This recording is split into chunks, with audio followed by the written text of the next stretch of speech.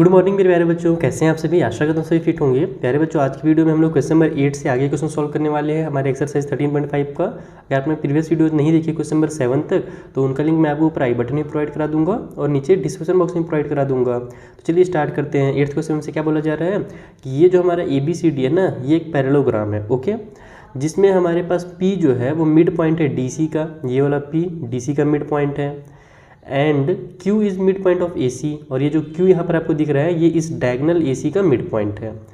और बोला जा रहा है कि इस तरीके से है Q कि हमारा जो CQ है ना वो 1/4 ऑफ AC है। देखो CQ जो है ये पूरे AC डायगोनल का 1/4 पार्ट है। जैसे पिछले वाले में 1/4 वाला आया था ना, उसी टाइप से दिया गया है, जैसे क्वेश्चन नंबर 6 में 1/4 आया था। अब हमसे बोल रहा है कि अगर PQ को प्रोड्यूस किया जाए, यानी PQ को आगे बढ़ा करके BC तक मिला दिया जाए, यानी ये जो लाइन BC है, और इसमें कहाँ पर मिलाया जाए तो R पॉइंट पे मिलाया जाए, तो प्रूव कीजिए R जो है वो मिड पॉइंट है BC का। तो इसमें भी एक छोटा सा अपने को कंस्ट्रक्शन करना पड़ेगा। अब उस कंस्ट्रक्शन में आपको क्या करना है और इसे कैसे प्रूव करना है आइए समझा देता हूँ। तो देखो यहाँ पर हमने डायग्राम बना लिया है। आपको एक नया चीज़ दिख रहा होगा, हमने ये D और B को ज्वाइन कर दिया। जैसे AC डायगोनल मिला हुआ था वैसे हमने DB डायगोनल को भी मिला दिया। तो यहाँ पर भी हमको यही लिखना है कि हमको प्रूव करना है R को मिड पॉइंट अगर BC का, तो एक छोटा सा कंस्ट्रक्शन करना पड़ेगा जिसमें हम लोग ज्वाइन करेंगे DB को, यानी कि ये जो डायगोनल DB है उसको ज्वाइन करेंगे, और ये डायगोनल AC और DB जो है ना अपने आप को पॉइंट ऊपर कट कर रहे हैं, एक दूसरे को बाइसेक्ट कर रहे हैं, ओके। तो हम लोग क्या जानते हैं कि हमारे जो डायगोनल्स होते हैं वो एक दूसरे को बाइसेक्ट करते हैं पैरेललोग्राम में। इसका मतलब कि ये जो मेरा OC होगा यहाँ से यहाँ तक, वो क्या होगा 1/2 ऑफ AC होगा, यानी कि AC जो हमारा कंप्लीट डायगोनल था उसका आधा OC हो जाएगा। कि हम जानते हैं कि ये जो DB है ये कंप्लीट AC को दो बराबर बराबर पार्ट में डिवाइड कर देता है, कभी भी डायगोनल दूसरे को बाइसेक्ट कर देते हैं। तो यहाँ से अगर मैं AC की वैल्यू निकालना चाहूँ तो 2 को इधर भेज दूंगा, तो ये मेरा 2OC = AC हो जाएगा, ठीक है। इसको फिलहाल इतना ही रहने दो। अब हम लोग क्या जानते हैं कि भैया आगे हमको क्या क्या चीज़ दिया हुआ कि जो हमारा CQ है ये वाला पॉइंट, यहाँ पे ये Q बना हुआ है, तो हमसे बोला गया था कि जो CQ है ना भैया वो क्या है, तो 1/4 ऑफ AC है। ये हमको गिवन था क्वेश्चन में ही, यहाँ पे मैं साइड में लिख भी देता हूँ ताकि बच्चे कंफ्यूज ना हो कि कहाँ से आ गया। तो अपन AC का जो वैल्यू निकाले हैं वो यहाँ पे पुट कर देंगे। तो CQ = हो जाएगा हमारा 2, अच्छा 1/4 है पहले, तो उसको पहले लिखना पड़ेगा 1/4, और AC के बदले में हम लोग ये 2OC लिख देंगे, तो मल्टीप्लाई में 2OC हो जाएगा। तो 2 1 जा 2, 2 2 जा 4 हो गया। तो यहाँ से CQ = हो जाएगा हमारा 1/2 ऑफ OC। अब आप लोग ध्यान दो, अगर इस वाले ट्रायंगल को मैं पकड़ता हूँ DOC वाले ट्रायंगल को, या फिर COD जो आप नेम लिखना चाहो इसमें, तो इन ट्रायंगल COD के अंदर हमारे पास ये जो है हमारे पास CQ वो क्या है, OC का हाफ है ना। इसका मतलब ये Q जो होगा इस OC का मिड पॉइंट होगा, और उसी तरीके से ये तो हमको P पहले से ही मिड पॉइंट दिया हुआ है, तो आप लोग इसको लिख सकते हो कि Q is mid point of OC, and हमारा P जो है P is mid point, MP लिख देता हूँ शॉर्टकट में, ऑफ DC। ये तो शुरू में क्वेश्चन में दिया हुआ था। तो इसलिए हम साथ ही साथ हमारे पास दो हमारे मिड पॉइंट्स मिल करके ज्वाइन हो रहे हैं, तो इनके द्वारा जो लाइन बनेगा वो दोनों क्या होंगे, आपस में पैरेलल हो जाएंगे। तो इसलिए हमारा जो PQ होगा वो क्या हो जाएगा, पैरेलल हो जाएगा DO के, या फिर OD नाम लिख देता हूँ ज़्यादा अच्छा लगेगा। और ये हमने कौन सा थ्योरम यूज़ किया, तो यहाँ पर हमने मिड पॉइंट थ्योरम जो है वो यूज़ किया हुआ है। तो हमने भी एक ही प्रूव किया है, PQ is parallel to OD। अब हम लोग दूसरे साइड आ जाते हैं, क्योंकि हमको R से मतलब था, हम लोग तो मेन R के पास पहुंचना था। तो देखो हमने क्या किया है, अब इस Q को मिड पॉइंट प्रूव कर दिया है, साथ ही ये वाली लाइन को और ये लाइन को पैरेलल प्रूव कर दिया है। तो अगर मैं इधर वाले ट्रायंगल के पास आ जाऊँ, COB के पास अगर मैं आता हूँ, इन ट्रायंगल COB, तो इसमें हमारा जो Q है वो ऑटोमेटिकली मिड पॉइंट हो जाएगा। Q इज़ मिड पॉइंट, ठीक है, Q is mid point, okay. यहाँ पर हमारे पास इस वाले में अगर हमारे इधर वाले साइड में OC का ये Q मिड पॉइंट हमने पहले प्रूव कर दिया है, तो इसमें भी ये Q हमारा मिड पॉइंट हो जाएगा।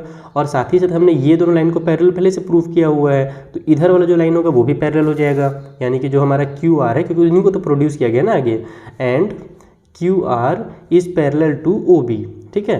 तो इसलिए हमारे यहाँ पर converse of mid point theorem के अकॉर्डिंग हम लोग क्या जानते हैं कि अगर हमारे लाइंस पैरेलल हो, एक पॉइंट भी अगर हमारे पास मिड पॉइंट है तो अगला पॉइंट भी क्या होगा, वो भी हमारा मिड पॉइंट हो जाएगा। तो बस यहाँ पर converse of mid point theorem लगाओ और इसको लिख दो डायरेक्ट आप लोग कि इसलिए हमारा जो R होगा वो मिड पॉइंट होगा, R is mid point of BC। बस यही आपको यहाँ पर प्रूव करना था और यहाँ पर कुछ नहीं करना है। और यहाँ पर आप लिख भी सकते हो कि हमने यहाँ पर converse of mid point use किया है, converse of mid point theorem. तो इस तरीके से आपका क्वेश्चन नंबर 8 जो है कंप्लीट होता है। आई होप आपको बहुत अच्छे समझ में आ गया होगा। कुछ भी डाउट हो तो इंस्टा डेली के थ्रू पूछिएगा। फिलहाल हम लोग आगे बढ़ते हैं अगले क्वेश्चन के पास। अगले क्वेश्चन से बोला जा रहा है कि फिगर जो आपको यहाँ पर दिख रहा है 13.109, इसमें ABCD एक रेक्टेंगल है एंड PQRC भी जो है वो भी rectangle. ABCD and PQRC are rectangles, यानी कि जो अंदर में आपको दिख रहा है ये छोटा वाला बक्सा वो भी रेक्टेंगल है। And Q is mid point of AC, ये जो Q है इस डायगोनल का मिड पॉइंट है। और बोला जा रहा है कि आपको प्रूव करना है जो DP है वो इक्वल है PC के। तो DP कहाँ पर बन रहा है, ये देखो DP यहाँ पर बन रहा है और PC यहाँ पर बन रहा है। तो ये वाले पॉइंट को यानी यहाँ से यहाँ तक और यहाँ से यहाँ तक अपने को इक्वल प्रूव करना है। साथ ही जो PR है हमारे पास PR, तो यानी कि ऐसे जो लाइन बनेगा, अगर इन दोनों को मैं ज्वाइन करता हूँ तो एक लाइन बन जाएगा PR, उसको हम लोग को हाफ ऑफ AC प्रूव करना है, यानी कि वो जो होगा AC का आधा होगा, ऐसा अपने को प्रूव करना है। तो कैसे प्रूव करेंगे आइए मैं आपको कॉपी में समझा दूँ। तो देखो यहाँ पर हमने क्या किया, सबसे पहले इस डायग्राम को बनाने के बाद हमने जो डायगोनल हमारा BD था और जो PR इस वाले छोटे रेक्टेंगुलर डायगोनल है उसको आपस में मिला दिया। क्यों मिला दिया, क्योंकि हमको PR से रिलेटेड क्वेश्चन किया हुआ था ना, तो PR को बनाने के लिए हमको DB का जरूरत पड़ने वाला है, तो हमने इसीलिए DB और PR को आपस में ज्वाइन कर दिया, बाकी सेम टू सेम डायग्राम उतार दिया है। अब हम लोग को सबसे पहले क्या प्रूव करना था कि जो DP है वो इक्वल है PC का, तो तुरंत प्रूफ हो जाएगा। अगर आप इस वाले ट्रायंगल का यूज़ करते हो जिसका नाम ADC है, तो यहाँ पर देखो मैं लिखता हूँ इन ट्रायंगल ADC। तो ADC में हमारा Q जो है वो मिड पॉइंट है AC का, ये तो अपने क्वेश्चन में गिवन है। तो Q is mid point MP यानी कि मिड पॉइंट समझ जाना ऑफ AC, ठीक है। Q जो है वो AC का मिड पॉइंट है और इस तरीके से है ना।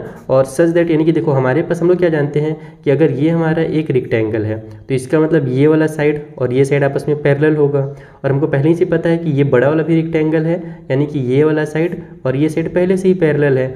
अब हम लोग ये इस चीज़ पे पहुँचते हैं कि अगर मेरा ये BC और AD पैरेलल है और यहाँ ये वाला साइड और ये साइड भी पैरेलल है, इसका मतलब कि PQ और AD भी आपस में क्या होंगे, पैरेलल ही होंगे। तो Q is mid point of AC लिखने के बाद हम लिखेंगे सच दैट वो इस तरीके से हमारा मिड पॉइंट है कि हमारे पास जो लाइन बन रहा है ना, PQ जो लाइन बन रहा है वो क्या है, पैरेलल है हमारे AD का भी, ओके। क्योंकि रेक्टेंगल से मैंने आपको समझा दिया कि ये और ये पैरेलल कैसे होंगे। तो अब अगर ये दोनों आपस में पैरेलल हैं और Q अगर मिड पॉइंट है तो हमारा फिर से यहाँ पर मिड पॉइंट थ्योरम का कन्वर्स यूज़ होकर के ये P जो है ऑटोमेटिकली मिड पॉइंट हो जाएगा। तो इसलिए है ना हमारा जो P होगा वो क्या होगा, मिड पॉइंट हो जाएगा। इसलिए P is mid point of DC। और ये हमने कैसे निकाला, तो हमने यहाँ पर converse of mid point theorem use किया, तो converse of mid point theorem, okay. तो इस तरीके से P हमारा मिड पॉइंट हो गया, और अगर P मिड पॉइंट है तो इसका मतलब कि जो DP होगा वो इक्वल हो जाएगा PC के। और ये पहला चीज़ हमको प्रूव करना था, फर्स्ट पार्ट यहाँ पर ये प्रूव होता है। सेकेंड पार्ट भी यहीं से सॉल्व करना शुरू करते हैं। सेकेंड पार्ट जिसमें हम लोग को PR को जो है उसको क्या बोल रहे थे हम लोग को 1/2 बोला था ना, कहाँ गया, हाँ 1/2 ऑफ AC सॉल्व करना है। तो सबसे पहले तो आप लोग देखो, अगर मैं ये वाला ट्रायंगल पकड़ता हूँ जिसमें हमारे पास क्या नाम है भैया, इस ट्रायंगल का नाम BCD रख देता हूँ, ओके। तो इन ट्रायंगल BCD, तो BCD में ये जो हमारे पास R है वो BC का मिड पॉइंट है अकॉर्डिंग टू क्वेश्चन, और ये जो P है वो DC का मिड पॉइंट है।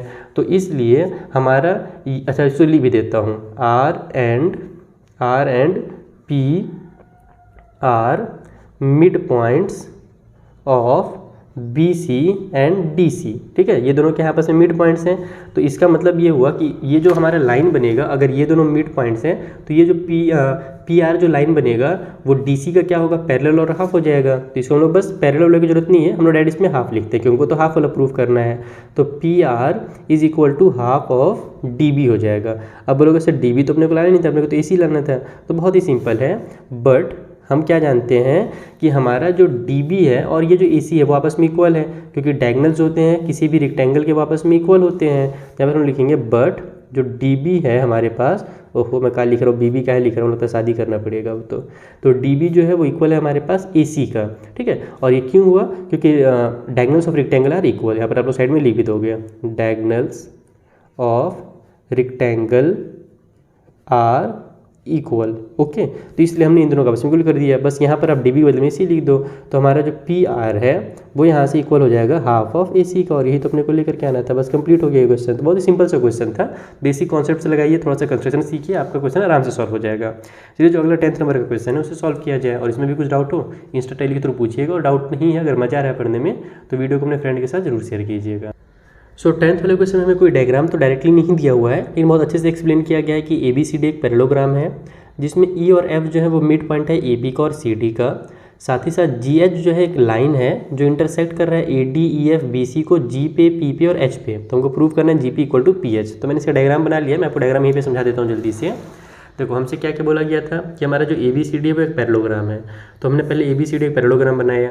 उसके बाद हमसे बोला गया था E और F जो है वो मिड पॉइंट है AB का और CD का, तो E और F हमने मिड पॉइंट AB और CD को बना दिया।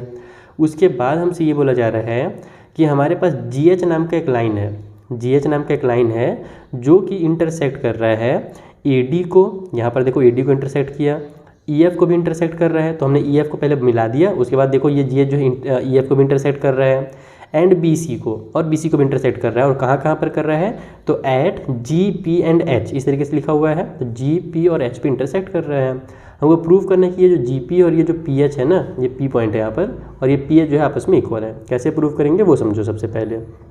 तो हमारे पास क्या क्या चीज़ें हैं भैया, तो हमारा जो E और F है वो मिड पॉइंट है, तो यहाँ पर हम लोग लिखते हैं कि E, या फिर ऊपर से स्टार्ट कर दो F, चलो E लिख दो, तो E लिख देता हूँ मैं। E is mid point of AB।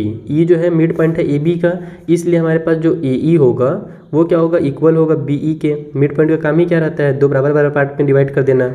उसी तरीके से जो F है वो क्या है, मिड पॉइंट है, मिड पॉइंट ऑफ DC, ये DC का मिड पॉइंट है, इसलिए हमारे पास जो DF होगा वो इक्वल हो जाएगा CF के। ठीक है ना, यहाँ से यहाँ तक और यहाँ से यहाँ तक आपस में इक्वल हो जाएंगे। और हम क्या जानते हैं कि जो हमारा पैरेललोग्राम होता है उसमें अपोजिट साइड पैरेलल और इक्वल होता है, तो यहाँ पर हम लिखेंगे कि ABCD इज़ अ पैरेललोग्राम, इसलिए हमारे पास जो साइड AB है वो इक्वल हो जाएगा साइड CD के, ये वाला साइड और ये साइड इक्वल होगा। इसका मतलब कि अगर AB का अपन हाफ करें, हाफ ऑफ AB करें, और इधर भी हाफ ऑफ CD करते हैं, तो वो भी आपस में क्या होंगे, इक्वल हो जाएंगे। तो हाफ का मतलब हम लोग यहाँ से यूज़ करेंगे। देखो AB का हाफ जो होता है हमारे पास वो AE भी है और BE भी है, तो अपन पहले इधर का ले लेते हैं, BE को ले लेते हैं। तो AB का हाफ के बदले में मैं BE को लिख देता हूँ, और CD के हाफ के बदले में मैं ये CF को लिख देता हूँ। CD का आधा ये CF भी है और DF भी है, तो अपन CF को ले लेते हैं, तो BE = हमारे पास CF हो जाएगा। तो अब अगर अपन इस वाले बक्से में देखें तो हमारा ये साइड और ये साइड आपस में इक्वल है, साथ ही साथ हमारा BE और CF क्या है, आल्सो पैरेलल भी हैं। ऑल्सो BE जो है वो पैरेलल भी है हमारे CF के। तो अगर BE और CF इक्वल हैं, BE और C हमारे पास आपस में पैरेलल हैं, तो इसका मतलब क्या हुआ कि हमारे पास ये जो BE CF है ये भी क्या है, हमारे पास एक पैरेललोग्राम हो जाएगा। तो यहाँ पर आप उस चीज़ को भी नोट कर दे, लिख दो कि हमारे पास इसलिए जो BECF या फिर BEFC होगा नाम ना, BECF ऐसे उल्टा हो जाता है, तो BEFC नाम लिखेंगे।